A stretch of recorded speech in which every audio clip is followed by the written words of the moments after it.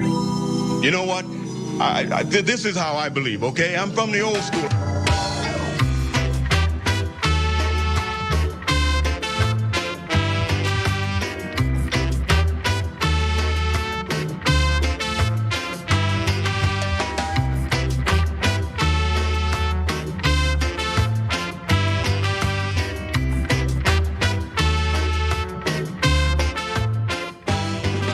Welcome to Old School.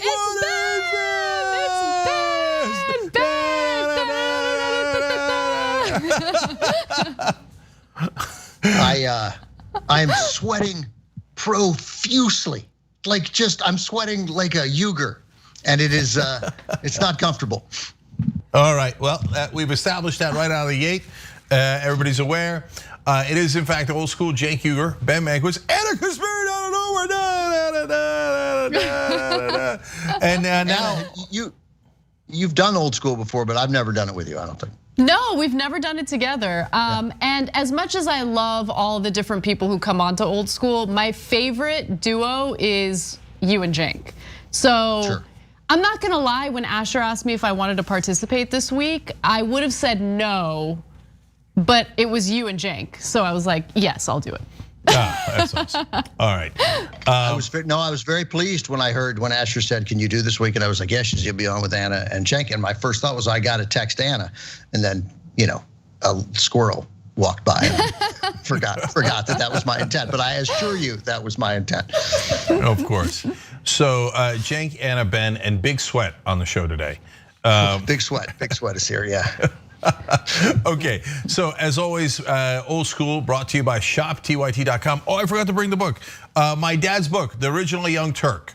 Badass book, gets tortured in Syria, meets JFK, lives the American dream. You're gonna love it. Check it out on shoptyt.com. The reason I'm telling you that now is because my dad yelled at me over the weekend. He's like, "Why you not promote my book? You promote every other book." I know all the other books at shoptyt.com. They're very good books, okay? But my book never, okay? So there you go, Original Young Turk. And of course also twostrongcoffee.com/TYT. That's why I have all the energy that I do on these shows. So plus it gives to progressive causes, organic fair trade, you get it. All right.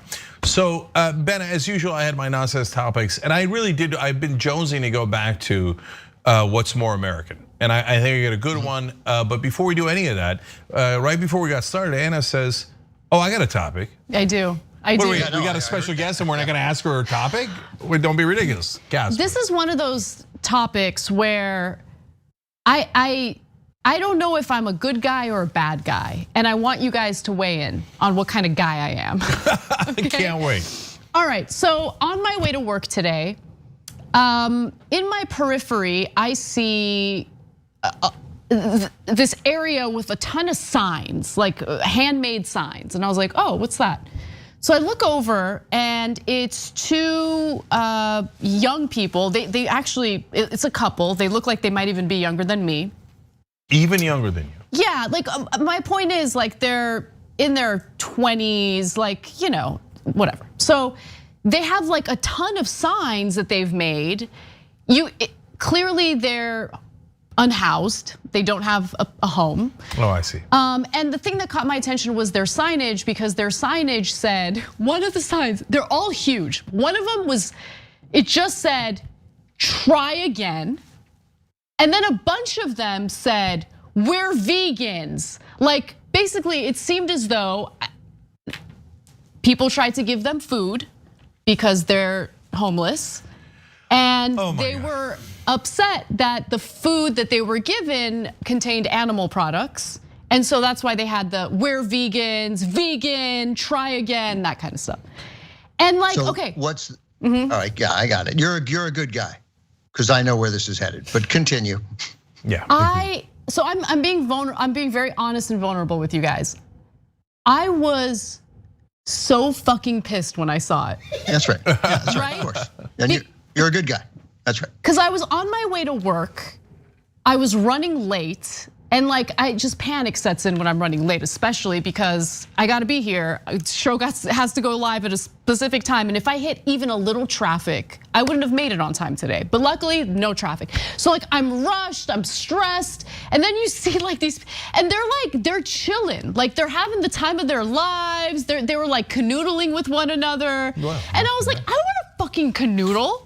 Oh, I want to F, sorry, I didn't know that. Yeah, not in the first part. When we go to the members only bonus episode, then we'll go back to that, okay? It's okay. Well, that didn't take long. Now you're a bad guy. I know. Sorry. So here's the deal, guys. So there's a problem in the left, right? It's a problem in the new left, and we need to be more human, right?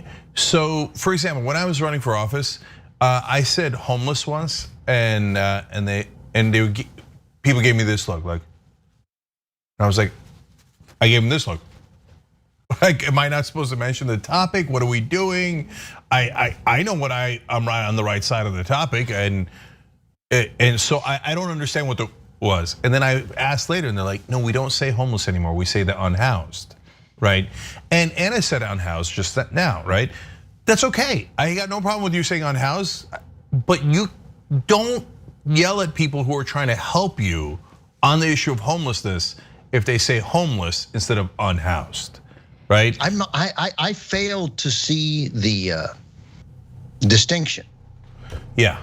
Like, I mean, I failed to see which one is supposed to make the unhoused feel better. And I don't mean, and my hunch is, and I don't know, but my hunch is the unhoused care very little and care much more about getting housed. But so I usually I can tell the difference of where it came from, right? But I didn't see homeless as being used in sort of an aggressively pejorative manner. I've never. But unhoused doesn't make me feel any better about the circumstance, or I guess it's not about me feeling better. Of course, it's about adding dignity to the life, right? Mm-hmm. Yeah. Mm-hmm. And I don't know how un is better than less. But anyway, go on. Go on. What did you throw? So did you throw things at these people? No. I just drove by, felt what I felt, and then felt bad about what I felt. Like I was angry. You're a liberal. Yeah, welcome. It's good to have you. I felt angry and also kind of bitter, right? Like I got the knee-jerk reaction of, why don't you go out and work, right? Like I got that feel, especially because they were young and but then I was like, I don't know what their circumstances are. Maybe I'm being a terrible person, and if they're vegan, yeah, they're not gonna eat donated food that has animal product in it. Like, you should respect their choices. So I don't know, I'm still, actually, believe it or not, I'm still conflicted. I think the thing that I didn't like was their delivery. Because obviously- Try again. I know, yeah, no. Try again feels hostile. No, guys, you're soft pedaling it, okay? Okay. So, try again is totally unacceptable. And so, Ben, you said, I don't know why unhoused is better than homeless, or homeless is worse than unhoused. That makes you similar to 99.98% of Americans. They don't know, they have no idea, no normal person has any idea why unhoused would be any better than the word homeless.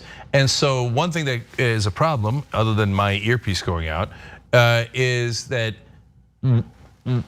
when you have people on the left yelling at good intentioned people that they're using the wrong words, and then, okay, it's one thing if the word is really wrong, right? It's another thing if the word is like 1% wrong and no one knows that it's 1% wrong, right? Mm-hmm. And then all of a sudden what you've done is you've taken allies and annoyed them. Make them enemies, yeah. Yeah, so greatly annoyed them that they don't want to help you anymore, which is so counterproductive. And I tell you that in this context, not because these folks were homeless, but because they did the same thing with the sign "Try Again," right? Mm-hmm. No, you say, "Hey, I'm only vegan. I'm vegan. I only eat vegan stuff," and you are homeless and you put up that sign. I respect that. I'll tell Mark Thompson will come flying from his house to get your vegan food, right? So. But number one, yeah, it's still like a little presumptuous to like, I want your assistance, but only in this way. Yeah. And you have to follow my rules for you being kind, right? But the try again is not close. That's a FU. Like, I'm judging you for something you can't even possibly know, right? Right. And then saying that even though you were trying to do the good thing, now I'm declaring you a bad guy. So no, the minute I see try again, I go, wrong again, Bob. I won't try again. Yeah, thank you. Yeah, it feels like you're disrespecting the kindness. Again, assuming that Anna has more context to this than we do, but none of us have any real context to it. I mean, you drove by. I just drove by. Let's presume that all the facts are in evidence. Yeah, they've turned the kindness of strangers into a negative, and that's lousy. Yeah, I like the phrase that Ben kind of came up with there, which is, don't disrespect the kindness. Well, yeah, right. The kindness of strangers. That's Tennessee Williams. But yes. But thank you. It was good of him. No. First of all, Ben, you've learned nothing from Donald Trump. Okay, you invented the word kindness. Okay, just own it. Just take it. Just own it. Before, when people were nice, they didn't have a word for it. Nobody knew what to say. It really was I was the very first.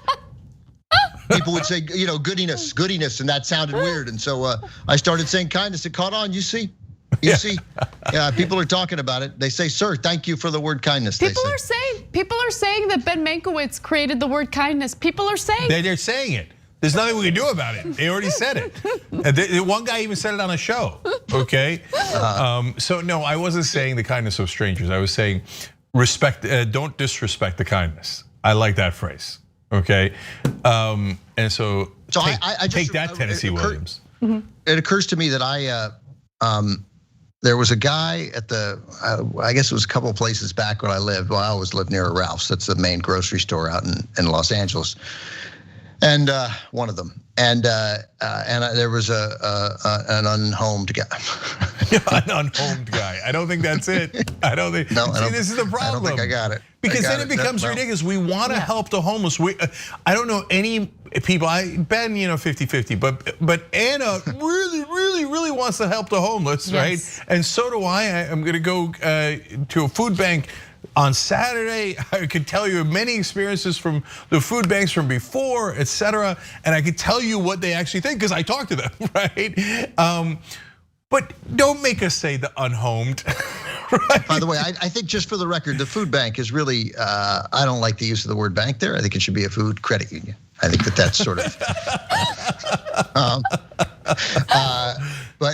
So there was a guy there. He was there regularly. He was very nice, and there was always a little bit of dancing happening or free movement, right? And he said hello to everybody. I saw him many times. I remembered his name then. It was Jimmy. His name was Jimmy. And I saw him, and it's not like I had some great relationship with him or always did something for him, but I said hello, and I may be transposing stories, but Jimmy was a good story. Anyway, let's presume this is Jimmy. And he said, he said, do you have anything for me? And I said, no, but I'm buying some food, and I'm not buying that much. I'm gonna walk it home. I'll be happy to get you something, right? And he said, I'd love a chicken. Which I instantly took to mean a whole cooked chicken that they have at the grocery store. And then he said, as I walked on, he goes, hey, and he called after me, and he said, not fried. I don't eat that skin is bad for you. I don't eat fried. It's got to be the broiled kind, or I don't want it, right? Or baked, whatever, right? And I thought that was funny, but totally cool, right? Like he called, right? He's like, how ridiculous would it have been if I'd gotten the guy an entire fried chicken? And he's like, I'm not looking to have a heart attack at 62, right? I don't eat the fried food, and it was great. It was fine. He told me what he wanted. I got him what he wanted. But that's different than try again. Like if I handed it to him and he went, try again, pal. Yeah, it's definitely different. Yeah. So there's a bunch of awesome comments from the viewers already. I'm gonna get to that in a second, but one last thing on this. So the problem, as usual, is that both the left and the right go to extremes, right? And I don't mean to sound like both sides do it. Welcome to Meet the Press with Chuck Todd. But here's what I mean by that. So once I got somebody was outside of McDonald's. This is a long time ago, back in New York. And so, well, I'm hungry. And so I went inside and I got myself some stuff. And then I got them a Big Mac and chicken nuggets, right? And I come out and I give it to her and she says, oh, no, I don't want food. I want money. And I was like, well, you literally said food, right? And I get it. She wants to use it for other stuff, right? So now the right looks at that and goes, see? That's, they're just in it for the drugs or something, man. I'm not gonna help them. No, not C, right? So she's in a bad spot and maybe she does have addiction issues. That's not the moment to go to her, right? It's to say, okay, look, I got you the McDonald's, you don't want the McDonald's. I don't have other stuff on me now, but I tried, I gave it a shot. And then on the left, they're like, no, the unhoused are all angels. No, they're humans. That's let's not be ridiculous on either side. So do some have addiction issues? Of course, right? So do some have mental health issues? Of course. But by the way, in California, the majority don't. The majority just can't afford housing. Over 60% don't have any mental health issues or addiction issues. They just can't afford housing. 60%. It's a staggering number. 60. That is a staggering number. Not 16. 60. Yeah, I think it was 61% last time I checked. And so when you and you should, I look, people say it and then nobody ever really goes, other than these wonderful people who go every weekend and who are like the greatest people on earth. But if you go to a food bank and then you just do the human thing of talking to people, you'll see there's a huge range, right? And some are really hard to talk to because they do have mental health issues, right? And others are it's such a goofy thing to say, but people don't get it and they other them, right? So they're just like us, but they ran into really, really tough times. And you might even say like, hey, maybe I could have gotten out of those tough times. One, easy to say, right? But two, let's say that you're right. So what? Okay, so maybe you should be even more nice to them. Yeah. Right, because maybe then they'll get out of it. Like, okay, by the way, if you got out of it, that means you were in it. So shush. Like we don't know how long they've been in it or what the circumstances are. I don't know. It's different because I like the idea of talking about the language, and I want to know, what that is. That, I mean, you said something that I'm going to slightly disagree with. Is that if you use the language and you question them on the language and you get a little hostile and then they don't want to help you. Well, obviously, then that's not a good reason not to help. Like I was going to help the homeless, but they insist on being called the unhoused, so screw it. Well, then you're an ass, right? So. But what is it? That said, it's still the core issue is what is it about correcting language that sets all of us off as humans, right? And what does that mean? And should we get past it? And I'm sure that all of us, the three of us here, could be convinced probably pretty easily that unhoused restores dignity and homeless had become pejorative and a way to other them. It just seems to me that unhoused, it sounds like unwashed. So it sounds even worse to me, right, the more I think about it. But that said, they just may have settled on a bad name. They're not genius. Not everybody who comes up with those names is right? I mean, for example, defund the police, right? Sentiment, correct, phraseology worked backwards, right? And the sentiment is totally lost in 3 words. So it matters what words you choose. But yet something about being corrected in a way you said it, especially when you mean well, really sets people off, and that ought to be taken into account because then you end up having a endlessly long conversation, evidence right here, about the language and not about the thing. Yes. Obviously, we weren't going to talk about the thing on Old School, so I don't want to make it seem like we were derailed from a homeless conversation and what to do about it by the language. But nonetheless, you guys see my point, I think. Yeah, for me, I think when I start hearing these protests about language that's commonly used and is in no way derogatory, I just think of a group of academics sitting in, their break room at a university talking about what they can do to make it appear as though they're engaging in revolutionary political action, when in reality, all they're doing is labeling things, relabeling things, and making the entire conversation about language as opposed to real, robust solutions for these problems. Yeah, that's the thing that bothers me about it. So look, last thing on this, because then I don't want to get too political, right? Yeah, let's not do that. But so one guy I was talking to said, look, we actually had a program that really worked. And again, this is like a right-wing stereotype. Oh, they just want more. They always say nothing works. No, that's not true. The guy was incredibly rude. He was a vet, and so he got a house finally. He'd been waiting for a house for years, and he'd been out in the desert in Palmdale, Lancaster, right? And he said he was just so happy. He couldn't believe it. He couldn't believe the government actually delivered, right? And then he said, so I said, what'd you do after you got the house? He said, well, the main thing was I had to take care of, and I forget her name now, but let's say Sally, right? And I said, you use a different name. Yeah, Unsally. So the Unsullied, if you will. So he said, because, and I talked to her before, and she did have mental health issues, right? And it was hard to talk to her. And so he said, I need to get her medicine because she can't get it on her own. And then if I get her medicine, I think I can get her an apartment, okay? So that's my next project. The first thing he thought was, I gotta help someone else. And so in my experience in politics and in life overall, but I got more experience in politics through it. The poorer folks are, the more generous they are. And it might be just a matter of empathy, that they could feel the other people's pain a little bit more because they lived through it or they lived through some portion of it. But the poorer neighborhoods were like, we gotta help the homeless. The richer neighborhoods were like, how do we get rid of the homeless? 100%. Yeah. The NIMBYs. Yeah, I wonder if that. I wonder if there's if that's a. I mean, if you've caught on to something that I suspect sociologists have already discussed, but it was good. It was very smart of you. Like that, the more you have, the more you feel people are taking from you, right? And that there's something just straight out human about it. That it's not evil, right? If everybody's doing it, then there's something. As Cenk, you and I talk about all the time. Then there's something. If we're all doing it, then there's something in us that is making us do it, right? And I wonder if that's the case. Like the more you have, then the more you feel like people are taking. I don't know. That could be. And I think that, look, Anna and I talked about this in a different context, but now we're getting way too into politics. Super last thing, okay, is that appealing to voters is not that hard. You just have to appeal to them, right? And so if you're talking about racial issues, that's gonna resonate more with African Americans. Why? Because it affects them more. It's gonna resonate less with white people. Why? Because white people are bad or evil? No, of course not. No, it's gonna resonate less with white people because it affects them less. And it's just that simple, right? And when you talk about class, well, that stretches across all races, right?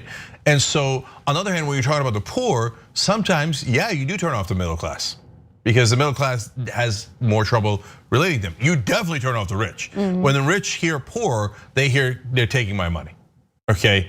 And so no, I don't want to do that. And so that's just the reality of it. It's sad, but it's less being evil, although it depends on your definition of evil, but more that they simply can't empathize.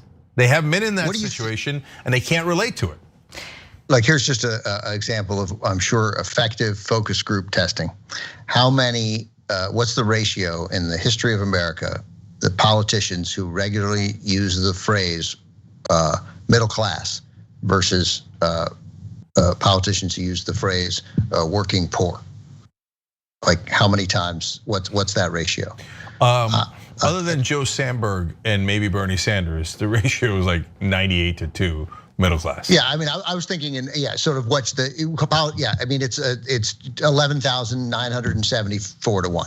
Like it's just, like they saw middle class as a thing people talk about, working poor, unemployed other than unemployment benefits, but that is not a group that, and it's funny because you can go right to the unemployed because they feel like the middle class might respond to that as, so that could be me, right? That's a tough blow they took. But working poor are regular people that they think aren't like working hard enough. I mean, I don't know, that's what it has to be because my instinct would be to talk about the working poor because there's a lot of them. Yep. Right. And 100%. Anyway, I've just given people an opportunity to revolutionize electoral politics. I hope they're listening. Well, obviously, that's what I mean, all of the political consultant class in DC watches Old School. And take our suggestions at heart. Oh yeah, Too hard. the political class in DC loves TYT. Can't get enough of it. All right, here's some comments. So on YouTube Super Chat, you afraid to say fat, long, grass-filled donkey longs? Oh boy. Writes in. Try asking a person that was homeless like me. You don't complain about what good intention people offer you. You don't like the meat, then don't eat the meat part. Don't whine about it. Overprivileged much? I could relate to that. So here on that one, and then No More Trigonometry in our member section says that is the most LA thing I've ever heard. Thank you. That's the best point and the most accurate point. 100%. And that's why I love doing the show with the members, because when Anna said it, that was the first thing that popped into my head. I was like, we're vegan, try again, and homeless. That's the most LA thing ever, right? So you nailed it. So LMG15 asks, Cenk, are you going to talk about why you hate Marilyn Manson? Probably. Oh, yeah. Okay, we'll get to that soon. A Williams 13 writes in, Anna, great to see you on Old School. Also, I hate to be that guy, but you did Old School with Emma and Ben like 2 years ago. Great episode. Love the nonsense about the Olive Garden that night. Oh, that was such a fun episode. I still remember it. I have fond memories. Yeah, so apparently you guys did do it together before. The members remember. Yeah, I was thinking about doing it with the two of you, not just Ben. That's what I was referring to. Well, yeah. Our members put the member in remember. Okay. Not as catchy as Don't Disrespect the Kindness, but something, okay? And then last one for now, Perpendicular Time says, okay, I'm very glad I tuned in tonight. Came for Anna, staying for Ben. Oh, Ben, look at that. And if you notice, I'm right here. I'm right here, Perpendicular. Okay. Okay, yes. I know I already brought up a topic, but there's one more thing that I'd really like to bring up, especially since we have the advantage of Ben Mankiewicz on the show. Okay, big topic, go. Okay, Ben, are you ready? Yeah. I just want you to answer with a yes or a no at first, okay? Hold, let's notice the wardrobe change. That was impressive. Look at that. That was impressive. Okay, what is this, the Oscars? What do we do? We had a. I got a dance number coming up. No, I threw that shirt on, which like if you're in the summer and you've coming back from the beach but I'd worked out and I showered. But as you know, Cenk, sometimes if you work out and shower quickly, the sweat post shower, it's just cascading off of you. And it was just, I have to put a real shirt on. I must put a real shirt on. I can't stand the sight of my face. I can't stand this chest show. I couldn't bear it. So I've repaired it.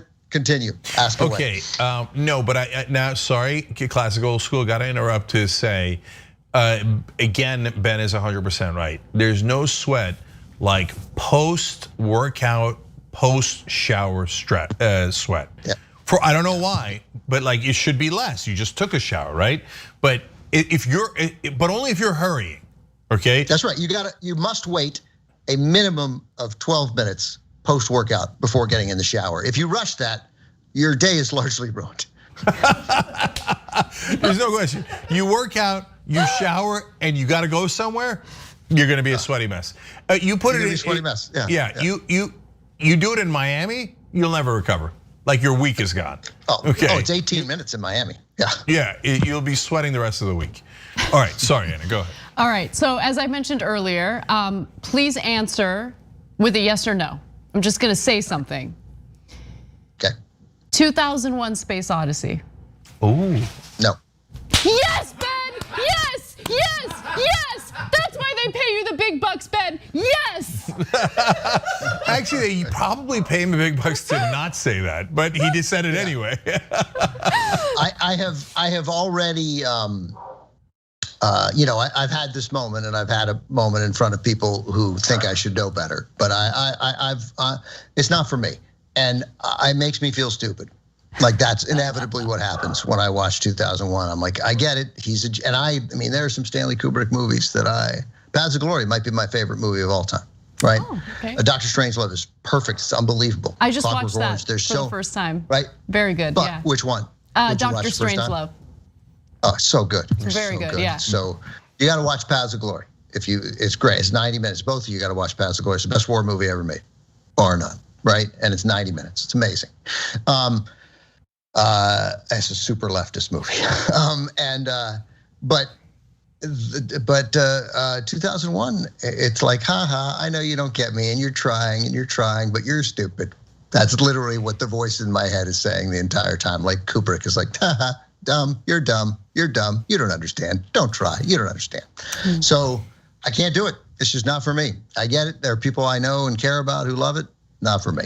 Yeah, same. I mean, we had a conversation about this. Bart loves the movie. He got a lot out of it, and that's great. Like, that's the great thing about art in general. Like, he thinks he did, but he didn't. Yeah.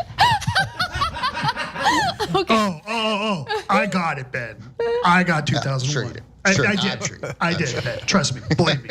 I know the answers, Ben. I think he did. sounds Like me. he talked about it in ways that I didn't even really comprehend. But anyway, yeah, go ahead. So the only thing I've done, given what my job is the appreciation for it is legitimate. And so what I torture myself a little bit with, since I really don't like it, is I've probably seen it five times in the last 7 or 8 years. And each time I'm like, okay, I see this and I didn't understand this and I didn't get this. And I see a little bit more of what's happening here. And it's certainly brilliantly conceived, but I still don't feel the thing that people who love it feel. I just don't. And I don't think that's ever gonna come. It's come for some movies that I initially didn't like, but it has not come for that. And I don't see it happening. I was actually angry at the end. Like, totally. I threw the remote across the room. Like, that's how angry I was. I was like, yeah, you're like, come on, man. Yeah. That was me at ironically at Prometheus. You go the whole movie. It's a really interesting movie, and at the end of the movie, they go, "Ha, just playing with you. Not gonna give you an ending. I'm just gonna not tell you solve any of the mysteries." I've never seen anything like that. It was just like a big giant, like the movie ends with a giant middle finger. It's the director's middle finger going, "Ha, tricked you." Right? You thought this movie was going to have a conclusion. We just chose not to have one. Don't see Prometheus. Giant waste of time. Yeah. Okay. Okay. The standard for me on science fiction is pretty high. Like it's not my genre. But if it's good, it's great, right? Like it's great. You're like, that was cool. Yeah. Like unbelievably cool. But if it falls short of being unbelievably cool, then I do a lot of backstretching doing it. There's not enough talking. No one is ever super clever in a science fiction movie, and being clever is what gets me going. I'm watching The Handmaid's Tale this year, and the consensus of my wife and my friend who's watching it with us is like, come on, somebody say something funny. Just somebody be a little clever, like a little levity. I got it. It's oppressive, but you could make something that tells me you guys are human, right? Otherwise, it's just this slog through the horribleness, and science fiction too often has no levity. Yeah, you give us an oppression joke, something. Sure, yeah, right. Occasional oppression joke, yeah.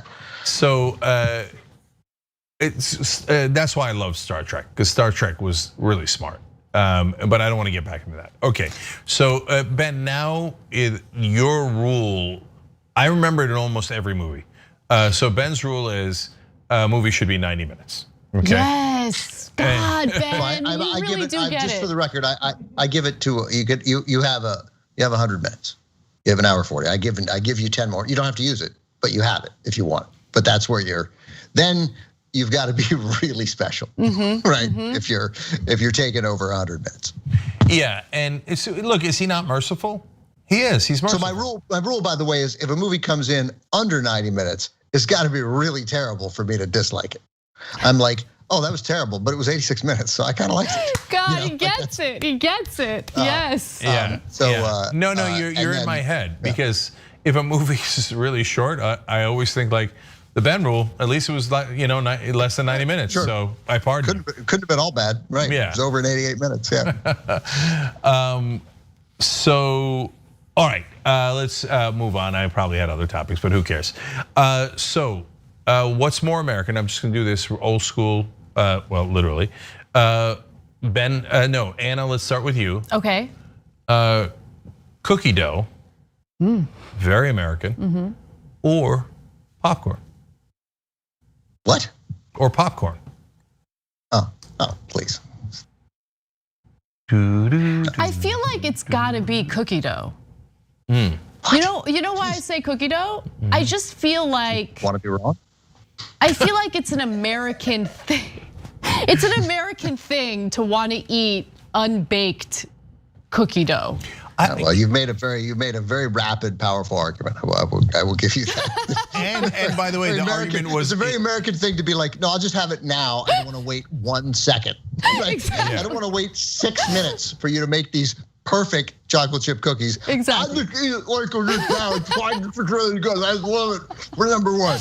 Right. All right. Well, that's nice. It's a good argument. And she utilized the Ben rule. She made that argument in under 90 seconds. I did. She did. She made it. She took a sec. She thought about it, and then she just kind of crushed it. So I like it. I'm still going to say popcorn because it's popcorn, but and cookie dough is a concoction, right? I mean, selling it, making it is a fake, right? Well, that makes it more American, though. It depends on how literal we're taking this. To me, like you go to a movie and you eat popcorn. That's American, right? Saturday night at the movies. Popcorn is the food of cinema, and we are the world's greatest exporter of that form of entertainment. Yeah. And that's the food that we eat with it. So that wins for me. But there's an argument, and the argument is nicely subversive that it's cookie dough because that's like everything that's wrong with us. And by the way, of course, like everybody else, I rather like cookie dough, but it is everything that's wrong with it. Totally, but your argument is really good. I mean, you're so right. I mean, that's like the #1 American export, right? Our pop culture, our movies, yeah. Totally, 100%. I remember when I first got to LA, Dave and I had a huge, not argument, debate about whether LA was the cultural center of the world. Oh my God. And so, apparently you're coming out on Dave's side. Yeah. No, but I get your side of the argument, but go ahead. Yeah. Go ahead. So when I say, do they have that reaction? But if you want to see a laugh, you should see my sister. I tell her that. But like, it's not even, she laughs for a second, then she gets angry. Like, how could you, like it's a besmirching of culture to even have LA in the conversation, let alone this barbarian brother I have telling me LA is this cultural center of the world. But I would argue it's indisputable. It's indisputable. Of course it is. Yeah, because when we think culture, we think opera, ballet. You know how many people participate in opera and ballet culture? No. 0.0001%. Less people than use the word unhoused. Culture is the Marvel Cinematic Universe and Friends. That's culture. Yeah, that's the world's culture now, right? And it's also influenced by China. China as not only Donald Trump, but apparently Michael Cohen says too. This is my 4th time telling Anna that I was on Michael Cohen's podcast this morning. My skin crawls every time he mentions it. Okay, so I'm gonna ask Ben about that in a second too. But no, movies set the culture for the whole world. And the reason I say China is because now the Chinese market is so large that Marvel Comic Universe won't even put things in the movies that they know the Chinese government's gonna object to. So for example, the Chinese government objects to any representation of the devil. So there was a natural place to put Mephisto, the Marvel Comic Universe's version of the devil in WandaVision. And they didn't put it in, and the kids on YouTube that explain what happens in the MCU, they're like, "Oh, you won't see Mephisto because of the Chinese." I was like, and then I'm like, that can't be true. Wait. And it turns out they were right, and they didn't have Mephisto. You're watching YouTube videos of kids explaining Marvel Comic Universe stuff? Yes. Okay, you want to know why? Because you have kids. Yeah, man, I don't want to know why. That's like #1 birth control, like for me. Like it's #1 what? Like birth control? top birth control. Oh, like they should bottle that up and sell it. Yeah. Well, it'll work because but they're really good though. They're like they explain the stuff in great detail. It makes it better. I'm like, I didn't see that Easter egg. I didn't realize that was an Easter egg. You guys seen that commercial? I don't know whether you guys watch enough live TV to see an actual commercial. I only, it's from sports, but there's there's an African-American kid. He looks to be about, 17 years old. And he does a commercial for one of the laptops. Like he compares apparently it doesn't work because the Microsoft flip top, it's like a touch screen and it can become a laptop, and he compares it to the MacBook Air, right? And I saw his first time, he's like the greatest pitch man in the history of the world. Like he's so at ease in front of the camera. He's so good. I'd buy anything from this guy. But as soon as I watched it, I'm like, how did they find this? Oh, he's on YouTube. Like you don't even have to tell me. He compares, he does this product thing on YouTube. Like he unwraps things and talks about it. But and so yeah, I'm sure he's great because YouTube is filled with these great people who Anna and I are never gonna know. I mean, my daughter I suppose could help, but thankfully she's not into that stuff yet. Yeah. A random thought on David Lynch, and I'm curious your take on this. I'm going backwards here. So when I watch David Lynch movies, I think either I don't get it or he doesn't get it, right? He's just making stuff up and people go, oh, and no one actually understands it, right? So Ben, David Lynch movies, do they make sense? Well, I thought you were going to give me David Lynch, yes or no, and it's not. He's like the toughest one because it's yes and no, right? And there are David Lynch movies that Eraserhead is this, his breakout movie, and I can't watch it, can't get into it, can't do it, and I can't see what other I try. I haven't given it, and I'm sure I know enough people who could convince me of its thing, but I don't know. It's not for me, right? But that's where I can stop. I'm confident enough to be like, it's not for me. It's okay. It's for you. It's not for me. No, it bothers me if it doesn't make sense because right. That's right. Stuff bothers me too. But I just rewatched Mulholland Drive, which I saw when it came out and was kind of baffled by, and then saw it again, and now I'm like, oh, that's good. That's really? Good. Yeah, good. And Twin Peaks. I mean, the first 6 episodes of Twin Peaks of that first year, and the first bunch of the next season before it. I mean, before David Lynch took a rocket over the shark.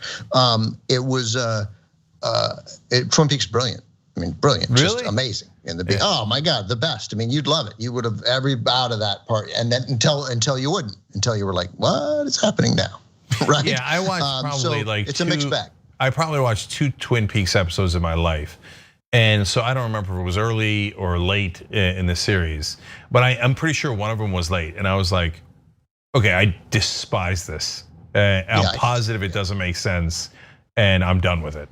And Mulholland Drive, I felt like I viscerally liked it for reasons I couldn't quite explain, but I also didn't think it made sense. But if you could explain it to me, then I'd be super into it. Okay, back to popcorn versus cookie dough. We only got a minute left, so let's do speed round here. I agree with Ben, popcorn, but cookie dough is so American. Ben, would it change your vote if I changed it from cookie dough to chocolate chip cookie versus popcorn? Yeah, it would. I mean, I don't know if it would change my vote. I mean, I was about to say popcorn kind of maybe it beats almost everything. And I don't like popcorn, by the way. That's not, so there's no bias. Yeah, I was about to say that's not American. And that's your point. Right, it is un-American to dislike popcorn, that's right. So I think popcorn still wins, but chocolate chip cookies push it because chocolate chip cookies very American. And anything else in a chocolate chip cookie I find incredibly irritating. Interesting, no, I like M&Ms in it. And Jesus. And peanut butter chips. Okay, we gotta go. Pita chips? No, not pita chips. What am I, Middle Eastern? Peanut butter chips. That's possible, but rare. Okay, apparently we gotta go. We'll pick it up with pretzels versus cookie dough for the members. And we'll finally talk about Marilyn Manson. So tyt.com/join. We get a whole nother episode, another 45 minutes. If you're a member, tyt.com/join. If you're watching on YouTube, hit the join button below, but you gotta be at the premium level to get all of our shows, including Old School. All right, much love to you folks, and members will be right back.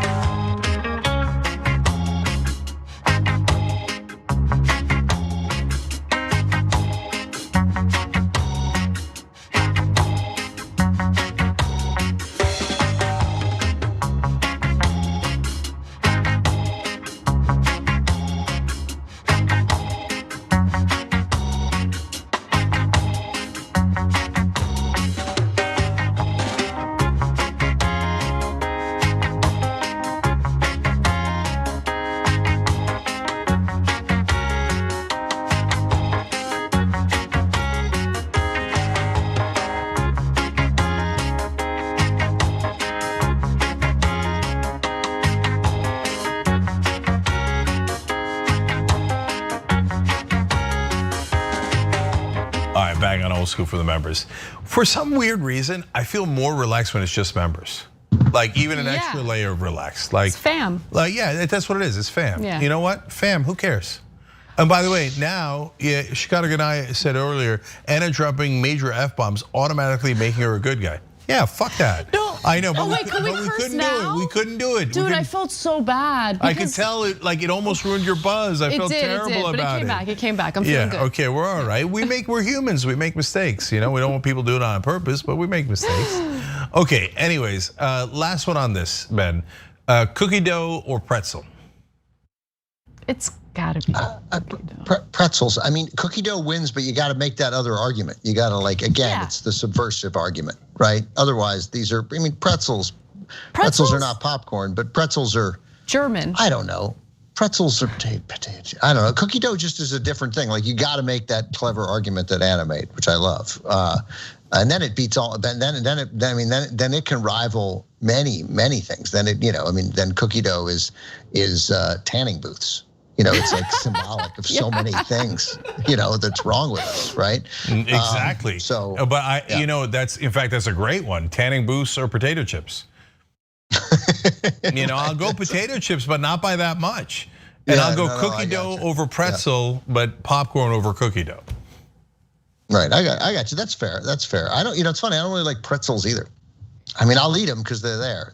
But I don't like pretzels. They make me. I get very thirsty. You haven't had any of those Snyder's of Hanover pretzels, the honey mustard kind. Oh my God! That's crazy because we served yesterday on Mother's Day. There were these little mini. I think they were honey mustard. They were delicious, but I thought this is not fair. This is cheating. This is not really a pretzel. This is like a honey mustard snack, and it's delicious. I agree. Yeah. So, and I like the soft pretzels. I always like a soft pretzel. Who doesn't? Desperate. Yeah. And by the way, the difference. But here's a. So what are they called? Auntie Annie's or what's the other one? What's the other one? Uncle Unks. No, I know what you're talking about. One of those guys. Wetzel's Pretzels? Wetzel's Pretzels. That's Wetzel's Pretzels. So Wetzel's Pretzels are Auntie Annie's. It's not close. It's Wetzel's Pretzels. They're way better. But if there's only an Auntie Annie's in front of you, obviously you'll go there. And the almond crunch. The almond crunch from Wetzel's Pretzels is like, come on, what I want to have is 3 of those a day. I want to have one with coffee, and then it's lunch and dinner. I got it. It's not very healthy, but it's so good. Oh my God. I mean, it's like eating cake, but it's good. So good. Yeah. So now you've opened up another can of worms. So those places, I don't get them almost at all. Like I almost never get a Wetzel pretzel, but there's only one reason why. They're every time I get them, I always think, why don't I get this more often? I love these. These are delicious, right? Because they have all these different flavors, and some of them are so great. And I know why. Because they're so greasy. And you're walking around the mall and your hands are so greasy. I can't get the grease off my hands. I take like 12 napkins and I can't get the grease off my hands. Yeah. No, totally. It's disgusting. You just have to, that's accepted. But you have to get like a zillion napkins. And in fact, whenever I get a Wetzel's pretzel and I go to the car, I've decided as I've gotten older, I keep a roll of paper towels and I keep it pretty fresh in the car. You have I just to. have. I know, but I now keep a roll. That's so funny that we're all so similar. I keep a roll of paper towels everywhere. Upstairs on the table that I eat at sometimes, a roll of paper towels. In my office room, in my home, just a roll of paper towels. It's the most functional thing. Has anyone ever said like, Jesus, there's too many paper towels close by? Damn it. No. No one's ever said that. No. But the number of times people have said, I wish I had paper towels, outweighs the number of times too many paper towels by 10,000 to 1. No, so no, and then they give you this BS half bag, and it's barely big enough to fit it looks like the I never thought of it that way. That's what stresses me out of the bag. Yep, it's ripped. Like just give me a big bag so I can pull it apart, and then the remnants fall in the bag, and then like French fries, I keep reaching into the bag, and there's always one more morsel, one more bite. It's endless. It's endless, but you give me this little thing, there's nowhere to put it, so I always ask for a bag, and they always feel like, I'm not supposed to give you a bag just for a pretzel. And I'm like, what else do you sell? You're called Wetzel's Pretzels. Totally. This is it. This is what you do. This is it. Yeah. No, it's you nailed it, and I never thought about it that way. It's the grease combined with the stress of spilling it. And that's why I don't get the otherwise delicious American snacks of Wetzel's Pretzels. And you're welcome for the giant ad for no reason. But there is one pretzel I don't like, and it's deeply ironic. It's the Philly pretzel. What is that? So in Philly, they have the best street food, okay, bar none and by a lot, okay. So and like more like regular food. I don't know what it's called, but street food is like when you have the vendors, like the now it's trucks, but back in the day it was like these tiny little things, right? And they had great. Could you explain street food to people, to all the people who don't understand what street food is? Because a lot of times I have unstreet food. So I wanted to make sure people knew it. No, I'm trying to distinguish it. Street food. No, but I'm trying to distinguish it from like just subs and cheesesteaks that are not non-fancy food, right? Philly has the best non-fancy food, right? They have the best street food and the best non-fancy food. Okay, except everybody's like, oh, you gotta have a pretzel in Philly. They have the worst pretzels. That's why it's deeply ironic. It's like smushed together. It's not hard. It's kind of soft, but like not in like you go to the ball game and you get a soft, like crisp kind of pretzel. It's like soggy and it's really thick. Crisp pretzel. What's a soft, crisp pretzel? Jesus, you'd be horrible on the stand. Like, yeah. Sure. Did you say soft, crisp pretzel? Yeah, you know when you go like the pretzels, the good pretzels. You go to a baseball game, and it's like it's soft inside, but it's a little bit crispy on the outside. You know what I'm saying? You get a little salty and crispy. Oh, the inside's soft. Not the soggy, smushed together, terrible pretzel that they give you in Philly with their otherwise awesome food. I didn't know there was a Philly pretzel. I didn't know there was a Philly pretzel. See, here was, and they're so proud of it. I'm like, why are you proud of that? Shut up about that. You should be talking about the other food. Yeah, bury the pretzel. You're needlessly ruining your marketing for your food. So, and I'm sure that the Philly pretzel lovers and the New York pretzel lovers, they think that the Wetzel's pretzels and the Auntie Annie's, of which Wetzel's pretzels is definitely better. They think that those are like BS pretzels. I'm sure. Totally. Right? But when I have a New York pretzel, I always think, you know what will make this better? An almond crunch coating, because this is pretty bland. And like it requires mustard, but I'm walking around. What am I walking around? I'm putting mustard in one hand, walking down the street and doing this. It can't be done. So, and it's too doughy. It's too doughy. But like at a restaurant, when they'll say like a nice restaurant or a kind of a cool restaurant, of which LA, the cultural center of the world, we have a lot of them. And one of their appetizers will be like a hot pretzel, right? And everybody reaches in and they get your piece of pretzel, and it always comes, Anna, with like, this amazing sort of honey mustard dip. It's probably got other kinds. And that is a quality appetizer that you have 3 bites of, and you have zero interest in eating any other food the rest of the night. Yep. But that's always a cool. But you got to have the mustard or the thing with it. I'm sure there are people who like them plain, but again, once you've had it with this almond crunch coating, or for those who go for the cinnamon and sugar coating, also good. Yes. Hard to go back to a regular bland pretzel. Okay, so we're gonna go to the Gwyneth Paltrow story next. But one of these days, you guys are gonna get a Philly pretzel and you're gonna go, Cenk was so right.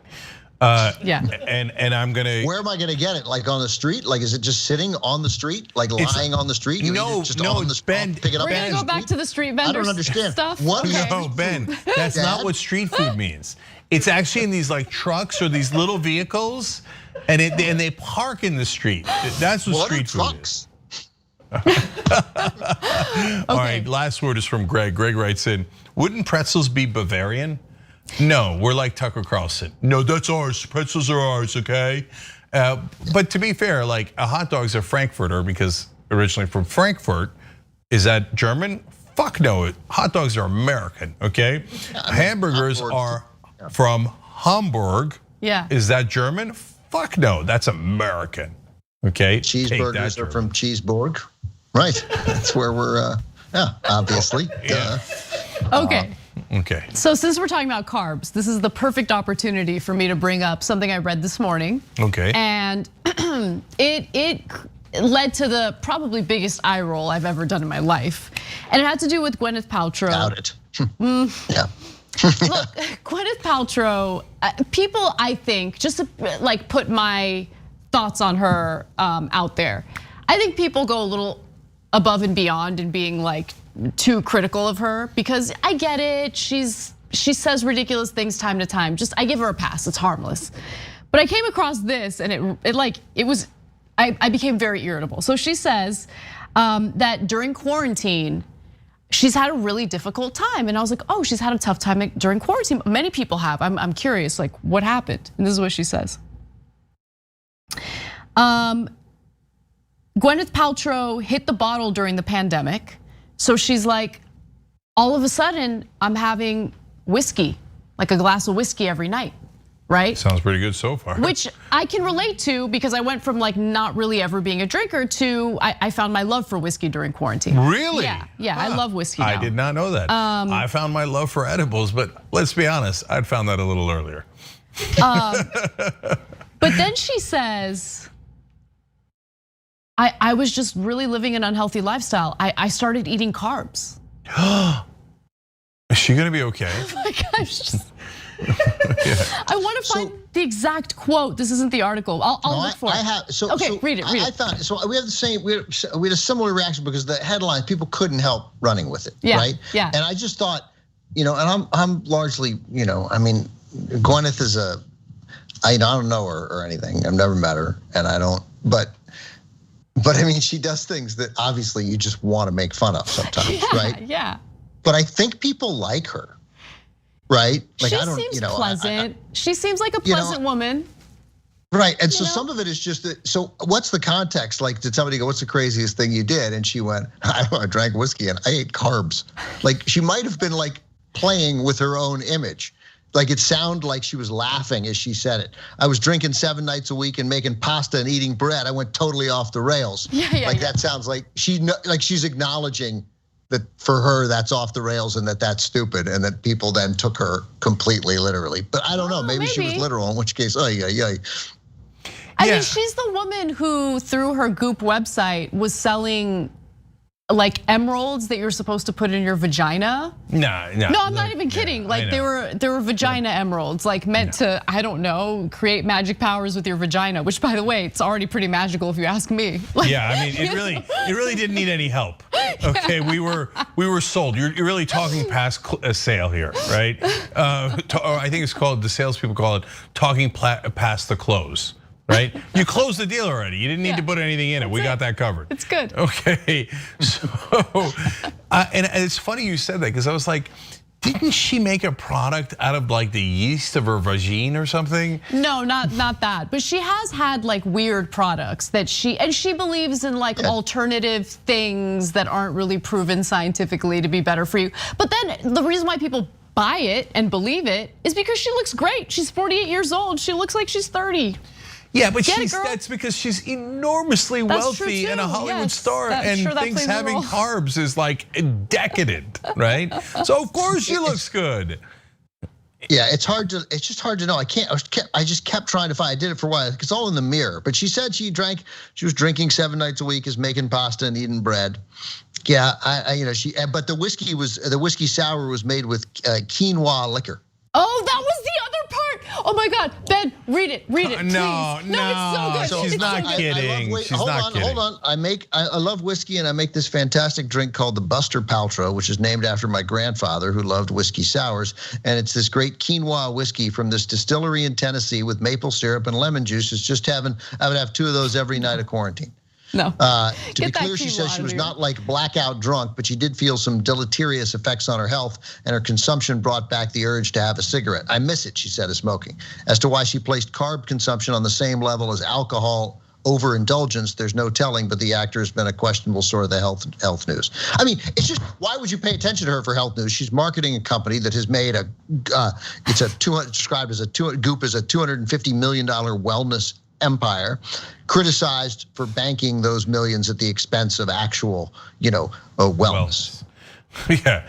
So here's what it is. She was fined the company was fined $145,000 in 2018 for making claims about the medical effectiveness of putting jade eggs inside one's But See, I told you. Yeah, no, you don't. Look, a practice eggs come that may out of be there, not in actively there. Harmful. Yeah. And her attacks on carbs may be equally based on pseudoscience. But I mean, it's fine. Like, I just don't. She doesn't market herself as a doctor. I just think it's fine. Like, it totally amuses me. Jen, remember I think, and Anna too, we went nuts over the club where you were not allowed to curse that she was going to open, right? Oh, was that it? I don't Wasn't remember. that it? She's had a There was lot. going to be like it was going to rival the Soho House, and it was going to be a no cursing club because those are common. Yeah, that does sound fun. Yeah. Yeah. So, well, look, my views on Gwyneth Paltrow are similar to my views on David Lynch. I don't get it, and I'm pretty sure there's nothing to get. But yet others love it. Right? Yeah. So it's actually very similar to David Lynch. Like, it makes no sense to me. When I was out on Gwyneth Paltrow, was she named her company Goop? Goop? Goop sounds again like something that comes out of a vagine, right? But I mean, the only time she ever said anything. She's a genius. I mean, like it worked, right? I mean, whatever she got, the name really worked. I mean, she's, there's it's good. By the way, 2015 opening, she kicked out the Hustler on Sunset. This is back. I don't know if it's still in plans, but she was going to. It's going to be a club that a no swearing members only club. Yeah, What the a least. weird- Is it no gambling? Why was there gambling in it's- other clubs? No, so here it is. Our sister site, Curbed LA, reports that Goop founder and her business partner have purchased the Hustler Hollywood store, plan to turn it into a stateside version of the Arts Club, a London-founded facility known for its celebrity members and hefty list of rules that includes no swearing, no gambling, and no photography. I like the no photography part.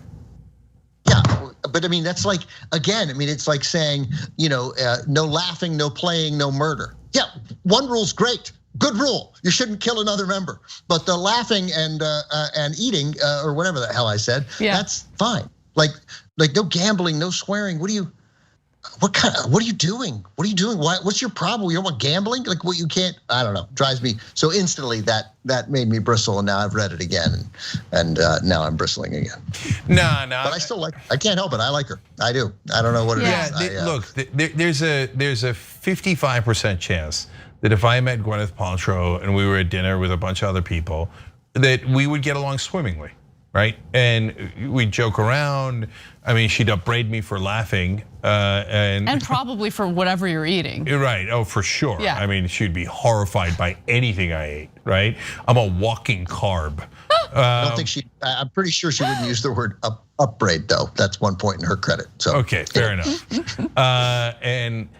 And so there's like, I'm with you, Ben. There's some chance she's pleasant in person, and then we'd get along great. But all of it is unbearable. Like, if you said to me, I love celebrities. You said to me, hey, all these 20 amazing celebrities are inside this club, and it has the rules: no swearing and no gambling. I'm not kidding. I would say no, thank you. And it's not because like, oh, I just had to go in and gamble randomly. No, I just couldn't contain myself from cursing. No. What that tells me is, we don't want you to have fun here. Like the vibe here is going to be annoyingly like somber, serious, like overly serious, take yourself too seriously. Yeah. I hate it. I can't stand it. Yeah. So that's why we should start a club where you have to make a $20 bet every hour on something. Right? It doesn't have to be on sports, just that there must be a $20 bet made. I tell you why I like her. I admire the business savvy, which is obvious, right? And if she called herself at any point Dr. P or Dr. G, right? Then my or fury Dr. Oz is too right. So she's not really like, who takes that advice seriously? Like, it's a lifestyle brand, right? And that's okay. Like, it works, and it caters to, stuff is expensive, right? Her stuff is not. This is not for everybody. She's going after people with money, and I sort of think like, okay, well, if this is how you want to spend your fortune, have at it. I'm sure some of it is nice and it feels good and it feels luxurious. That's what she's sort of selling. So she's not marketing like cures to cancer. She's not throwing the weight of her celebrity behind. I get the jade eggs inside. That might be an exception because it looks like that actually was dangerous. But for the most part, there is not an effort to hoodwink people, to trick them, and the way some celebrity doctors have tarnished their reputation severely by backing pseudoscience and medical hokum. Yeah. Yeah. So now that you've told me all that, once she opens up that club, I know where that is. I used to, in fact, we started the Young Turks a block, 2 blocks from that old Hustler Club, because that's where my 1-bedroom apartment off of Sunset was, right? And so I'm gonna go by there with a sign that says "Try again." It's a deep callback. Yeah. Yeah, and by the way, again, Ben, you did something that happens all the time on Old School that I love. You identified something that I was thinking subconsciously, but had never had a conscious thought about. The reason why I don't mind Gwyneth Paltrow that much is because she's clearly, her target audience, her target demographic is clearly other wealthy jackasses. It's definitely not you. Yeah, it's like most definitely not me. Yeah. And so if other incredibly wealthy people who don't know what to do with their money would decide to shove things inside them that make no sense, hey, have at it, Hoss, right? It's not my business. As long as, like, if she was like hoodwinking poor people or middle class people, then I'd be pissed, right? Yeah. But wealthy people robbing each other or having fun, doing weirdo things, it's a free country. So I have one confession to make about Gwyneth Paltrow, and then we can drop it. I don't dislike her, but she did say something years and years ago that clearly had an impact on me, because I think about it every single time I'm at the grocery store picking up a bag of whatever cookies, whether it's Oreos or Chips Ahoy, doesn't matter. She said something about like, look, you really shouldn't be eating sugar, but if you have to, if you can't fight that craving, Almond Crunch pretzels. Don't go to the grocery store and pick up some gross processed prepackaged food. Make your own cookies. At least you know what's in it. Something like that. So like for the longest time, I would go to the grocery store, and every time I would pick up a bag of Oreos, I would hear her words and feel like guilty about it. Yeah. And then I got a little older and a little more confident in who I am. And now every time I pick up a bag of Oreos, I'm just like, how you like that, bitch?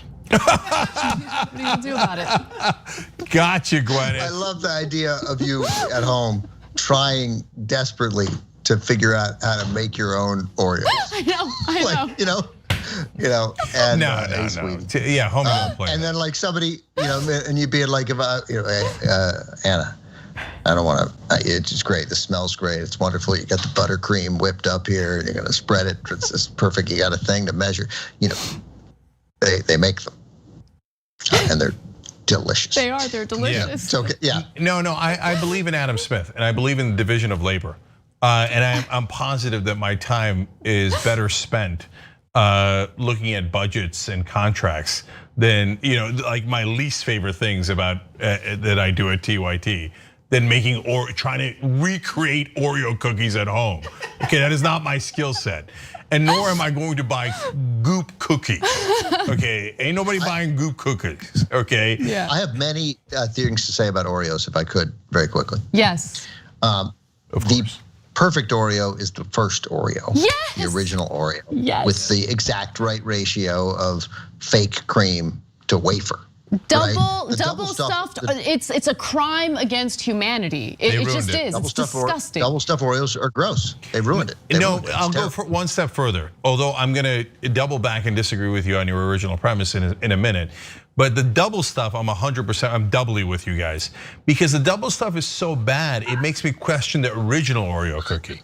Like I'm like, oh, what is this thing in the middle? It feels way too artificial. It's too much of it.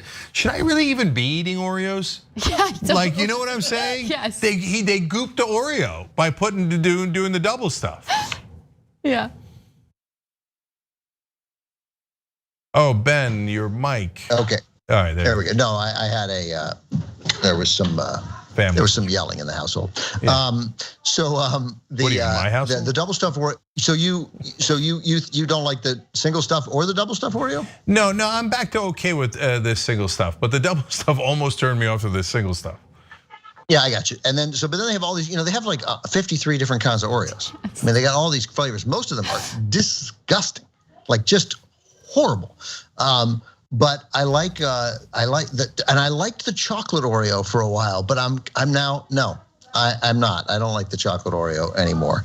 And then, but I like the vanilla Oreo. It's a solid alternative. Just the vanilla wafer and.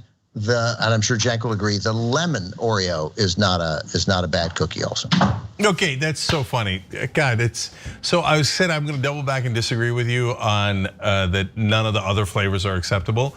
Because I was gonna say, look, I tried like the peanut butter and chocolate one, it's okay. And I love peanut butter and chocolate, but it's okay, right? And I'm like, let's stick with the original. And then I saw the lemon one, I was like, let me gamble here. Let me gamble, right? Let me try it. Put 20 on it. Yeah, and so I was forced to. Every hour I had to gamble on some shopping item, right? And so I stayed at Ralph's an hour. What are you gonna do? So I got it. I went home. I tried it. And I was like, this is good. And I was like, you know what? And then the next thing I thought is, God damn you, America! You did it again. Like this thing is so artificial. This thing is so ridiculous, but God damn it, it's good. There you go, America, back on top. If you feel like the lemon Oreo is too artificial, just make your own.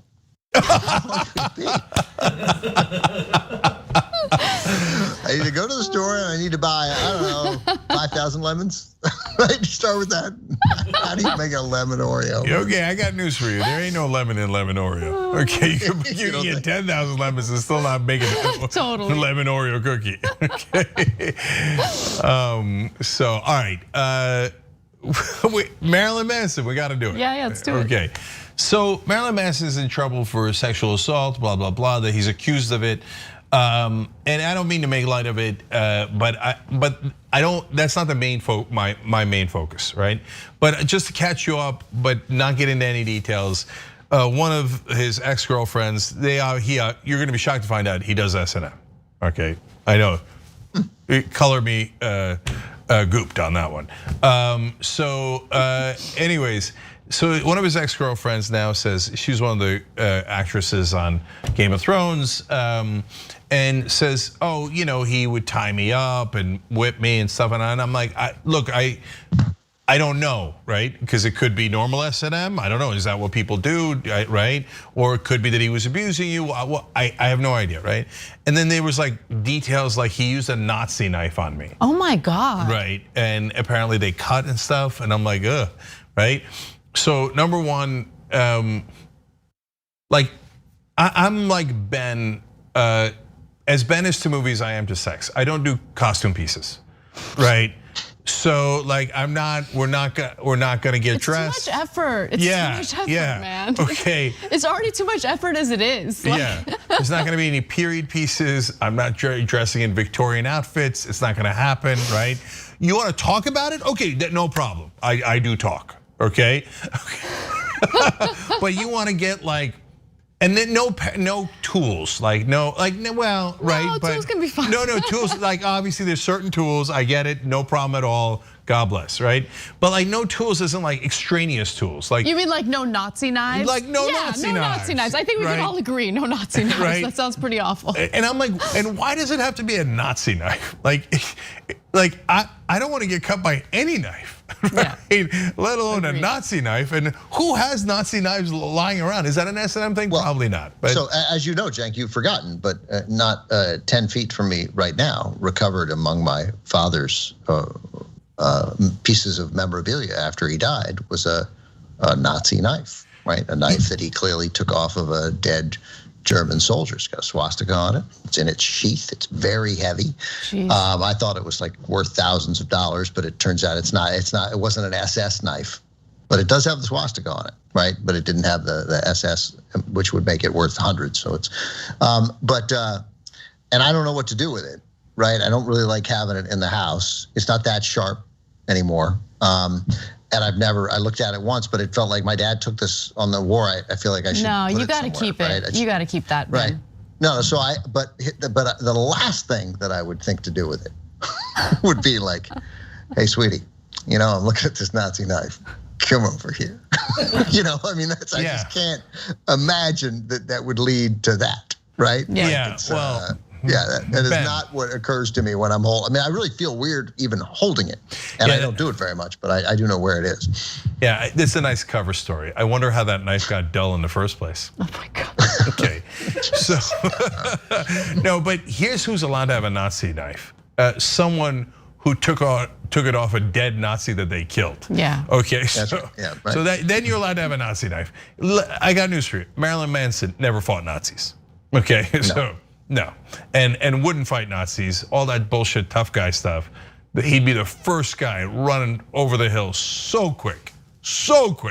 Okay, none of that S&M bullshit. Okay, he would hightail it out of there. So, anyways, without getting into how was he wrong or not, and there's a lot of talk of like psychological domination and stuff, and that's an interesting topic, but kind of a depressing one. But as soon as I saw it, and a number of exes have said similar things about him, I was like, I knew it. And it turns out then I read a little bit more because I've always despised Marilyn Manson. And then like other guys from the Nine Inch Nails and stuff, they used to play with him. They used to do music with him. I'm not a musical guy, as you can tell. Okay. You didn't seem like you seemed like you're a musical guy when you said they used to do music with him. I think that's how musicians talk. Yeah. Hey, you guys want to go do some music? I think they say play. What am I, my dad? I'm not sure. Let us go do music. We do music right away. It make great sound. We do music, then we do sound. Okay. Anyways, so I just feel awkward saying like they jammed. Do they jam? We get it. We just move on. We get it. They play together. They play together. That's how you say it. You're fine. Yeah. How do you say it? They play together. They play together. Yeah, that's okay. Yeah. So that's what I started with. I should have stuck with it. Okay, so they play together, and that guy said, "Oh no, is it Trevor Trezor or something?" Anyway, he was like, Reznor? Yeah. What is it? Trent Reznor. Yeah, that's it. Trent Reznor. Yeah. Right. I once saw him do music. I did. I know him. Okay. Don't get into big slap. Okay. Let's not remind him of that word. Okay. So Trent Reznor was like, "Oh yeah, we used to play together and stuff like that." And he's a giant asshole. He screws over everyone he knows, right? And I was like, I knew it. And so then I started thinking, why did I know it? What was it about Marilyn Manson that I hated? First of all, duh, right? But no, it's that getup. Like I'm a progressive, I'm a lib, right? So okay, you want to dress like that, and what I would have in the old days called a weirdo, right? Okay, but you do you. But what do I care how you dress, right? Nah, it was that there was something about him that made me think everything about this guy is artificial. He doesn't actually want to dress like that. He dresses like that because he thinks it's cool, and that other people will think it's cool. It's marketing, so it's not. Yeah. It's not shocking. Yeah, it's bullshit shocking.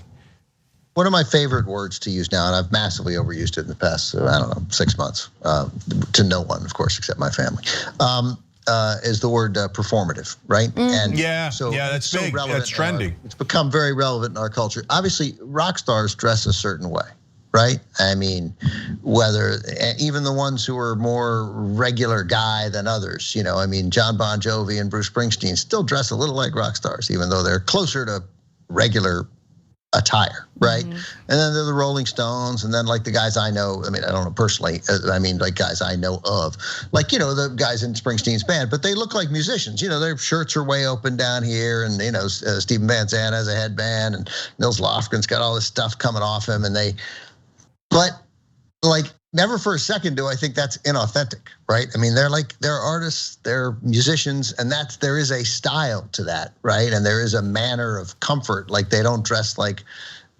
we do, right? And that's cool. That's because it's authentic, right? It's genuine. That is part of how they express themselves. And then you see Marilyn Manson, and you're like, nope, that's fake. Yeah, that's a character. That is and obviously it is a character. It's not his name.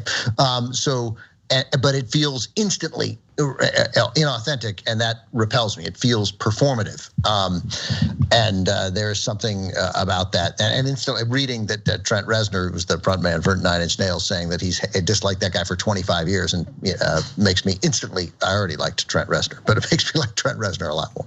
Yeah, 100%. And I used to hate the game, and hate the players, but now I don't hate the player. I just hate the game. And so, like Lady Gaga is a good contrast. So in the beginning, I was like, this is fucking ridiculous. She's wearing a meat dress. Yeah, right? the meat dress. And like this. I heard Biden's gonna ban that dress? meat dress. The meat dress. Yeah, she went to the Grammys or something in a dress made of meat. Okay, and a lot of people had signs saying "try again." So, but seriously, I was like, oh, that's annoying. It's like she's so obviously trying to get attention, and then everybody gives it to her. Like it's, but now looking back on it, I respect Lady Gaga. Lady Gaga just played the game, and she played it within the confines of her industry. Yep. In the music industry, you're supposed to do over-the-top, outrageous things to get attention. And so now, unlike this industry where you just have to be rational and make sure you make common sense arguments, and everyone loves you, and then you get invited on cable news all the time.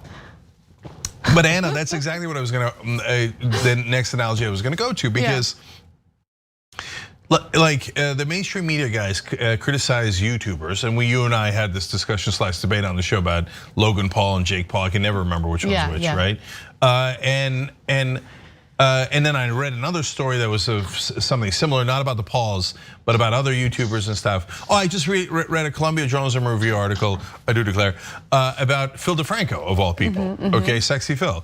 And the whole, even in the year 2021, when mainstream media is like starting its long decline, even Ben Smith, the media reporter at the New York Times, said we've entered the death spiral of cable news, okay? That's not really that true, because it's kind of at its peak now. He called it the terminal decline. The terminal decline, and that is true. That's a better way of putting it, and he's right about that. So we're in the terminal decline, and the YouTube guys are totally ascendant. Digital media is totally beginning to be ascendant.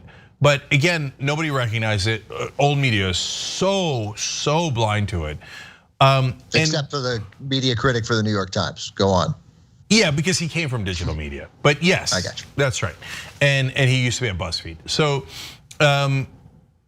anyways, and they always say the same thing. These guys, they're always trying to get attention. And I always think like, well, what the fuck are you doing? Like on television, you're not trying to get attention. In other forms of media, you're not trying to get attention. No, the whole point of media, well, it's not the entire point, I hope not, but it certainly feels that way, is to get attention, right? 90% of media is to get attention. So now, hence, looking back at that, I think Lady Gaga, well played. And she's not doing meat dresses anymore. She got to where she needed to be. Yeah. And then she did the art, and it turns out she's really good at the art, right? Marilyn Manson still doing that same old stupid, boring shtick that's never been real. And he looks like a douche, and it turns out he is a douche. So that's the difference in my mind. Yeah. Yeah, I would give Lady Gaga a pass, Lady Gaga, as I like to call her, that's to the Grammys, that's to a award show. Like you're supposed to, especially the women, the pressure to do something crazy and wear something that gets noticed, and that's funny. Also, like that's left out. She wore a meat dress. It's funny. Yeah, Lady Gaga is so clever that I guarantee you that if she was trying to get attention the same way these days, which she doesn't need anymore, but if she's still in that game, these days she would not do a vegan dress. I'm sorry, she would not do a meat dress. She would do some sort of vegan dress because the times have changed. So this is what we're talking about with the Kardashians, right? In the old days, the Kardashians were like, yeah, I took money and I gooped it and I pooped it and I slooped it, right? And people were like, yeah, they burned the money and then they put it in a jade egg and then you have no idea where they put that jade egg, you way to waste it, right? And they got rich off of that. Nowadays, people are like, why did you put it in a goop egg? And then Isn't it crazy that the most stable Kardashian turned out to be Kim? like the most regular. Yeah, that's turned out so to be. funny. Is she though? How is she? I think Courtney is. Courtney seems pretty I don't normal. know. Yeah, maybe. Courtney's Yeah. good. Yeah, I'm not. No, that's not what Ben is saying. I'm not actually capable of engaging in this conversation. I just I can say that, but I can't be challenged. Yeah, I can't really follow it up with anything. Yeah. No, it just means, of course, I don't know the Courtneys from the, the Cuckoos or whatever, right? But yeah, the youngest one, the one that claimed to be a billionaire and wasn't really a billionaire. Yes, Kylie Jenner. Super annoying. Yeah, and Kendall had Kendall had the Pepsi thing, but whatever, right? She seems benign, relatively benign compared to the rest. The mom is the worst. The mom is the worst, yes. And the second worst, it turns out, shockingly, is Caitlyn Jenner, right? And so now I would say that maybe first. Yeah, that's a good point, Ben. So now we've gotten to a point where I'm with Anna. I'm like, Kim, like mostly or Ben. Yeah, 9 Kim. out of the 10 things I see that Kim Kardashian says, I think, yeah, that's a good point. That makes sense. I think it's weird how that yeah. Here's the three things that lead to the redemption of Kim Kardashian to some degree in a super ironic way. Number one, she started, the first one's not even ironic. She started advocating to get people who were, innocent or overcharged out of jail. And it was real and it actually worked.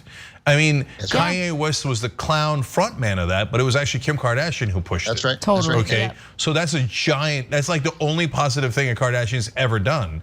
So you got to give her that. And then number two, we found out in hindsight, it was always the mom, right? The mom is the one that set up all of these things. So, the original Kim Kardashian leaked porn. I would be surprised if the director was not her mom. Oh God. Okay. Yeah. So there's no, I would be shocked if her mom didn't put her up to it. Okay. Now knowing that, it kind of half pardons Kim. Okay. That's my speculation on it. But I'm right. Knowing that thing that we have no evidence. Knowing the thing that I don't know. Knowing that thing. Yeah. Knowing the thing that I don't know, but I'm almost certain of. That half pardons Kim on that one. And then finally, she divorced Kanye. So I was like, oh, okay, she's not insane. Like if she stayed with Kanye, I would have been like, no. That photo of them in the car arguing, and she's crying. I don't know. I haven't seen that. That's so sad. Like, I would not trade my life for hers. In fact, the idea of having that level of public interest in my personal life sounds hellish. Like to the point where I got mad. I was like, hey man, what are you doing, man? What do you just give her a freaking break? This guy's mentally ill and she's staying with him because she wants to help him and she feels like it's her responsibility. She feels an obligation as a parent, but I'm sure it's madness for her and she's crying and she's like, for the love of God, leave her be. And I got it. I know she wants to be, and you can be all cynical that she asked for this, but she didn't ask for that. Come on. Yeah. Have a little humanity. Yeah. Agreed. Totally. And Kanye, I know he has mental health issues. Obviously he does. So I get mad at him, but I'm not really mad at him. I realized later that I'm mad at people who take him seriously. Yeah, I get it. Yeah, like people who think he's a genius. Yeah, he's a genius. Yeah. No, that's too low a bar for genius. I can't stomach it. That's even lower than Tony La Russa. So that guy's a genius. Yeah. By the way, do you know Tony La Russa didn't know the extra inning rule? He didn't know a key nuanced part of the new extra inning rule. I read it and I was like, genius. Yeah, I got it. It's a confusing rule and none of his coaches knew it either. And it's the second year of it, but still, genius. Yeah, I mean, look here, I'll end on this sports thing, which is, we'll lose Anna, but it's okay. Mike Shanahan was a coach for the Broncos, and they won. That guy's a genius. Yeah, and they would always say he was a genius. Hated the guy, and they won 2 Super Bowls, and that's because he had John Elway, one of the best quarterbacks of all time. Then he got Terrell Davis, the best running back in the league at that point. Yeah, behind the best running offensive line in league history. Yeah, and then he finally had a good defense. Like you would have to be the opposite of a genius not to win with that team, right?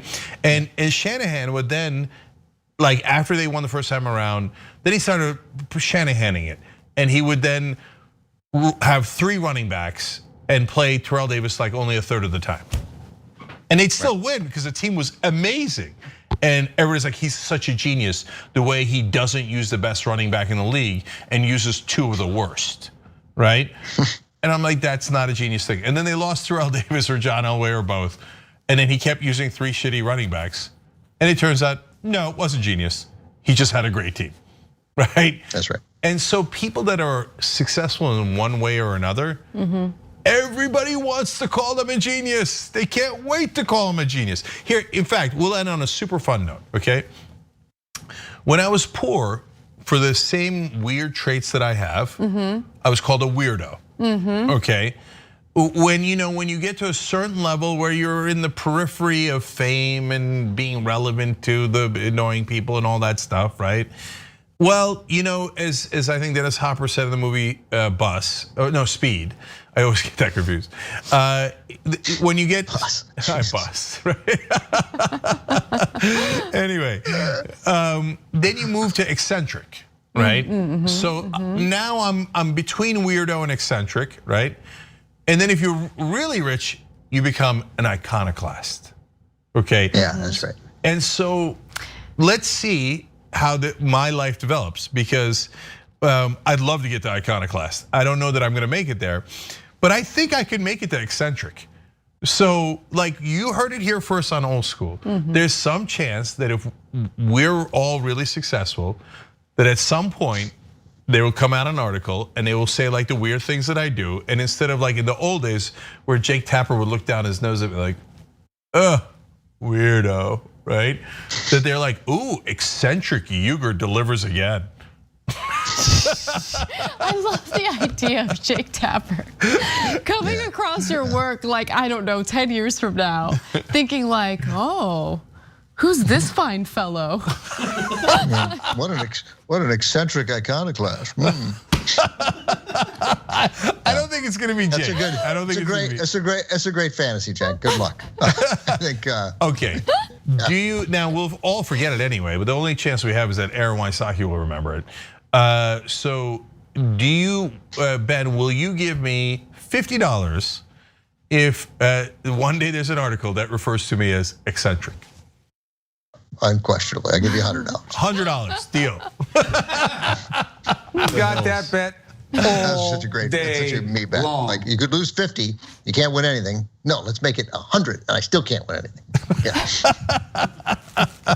Okay, so the last thing I'm ending on is the comments. Speaking of Aaron, I just got to read his super quick. Aaron Wysocki writes in, Pittsburgh food is the best.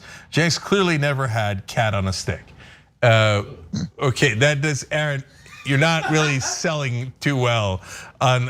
You're not selling Pittsburgh as well as you need to sell it. We weren't talking about Pittsburgh. You guys always think we're talking about Pittsburgh. But I'll try cat on a stick next time I'm there. Biden flavor. By the way, the pierogi. What's the pierogi place in Pittsburgh? What's the Panini Brothers? Right? Yeah, I think so. I got it. It's the definition of overrated.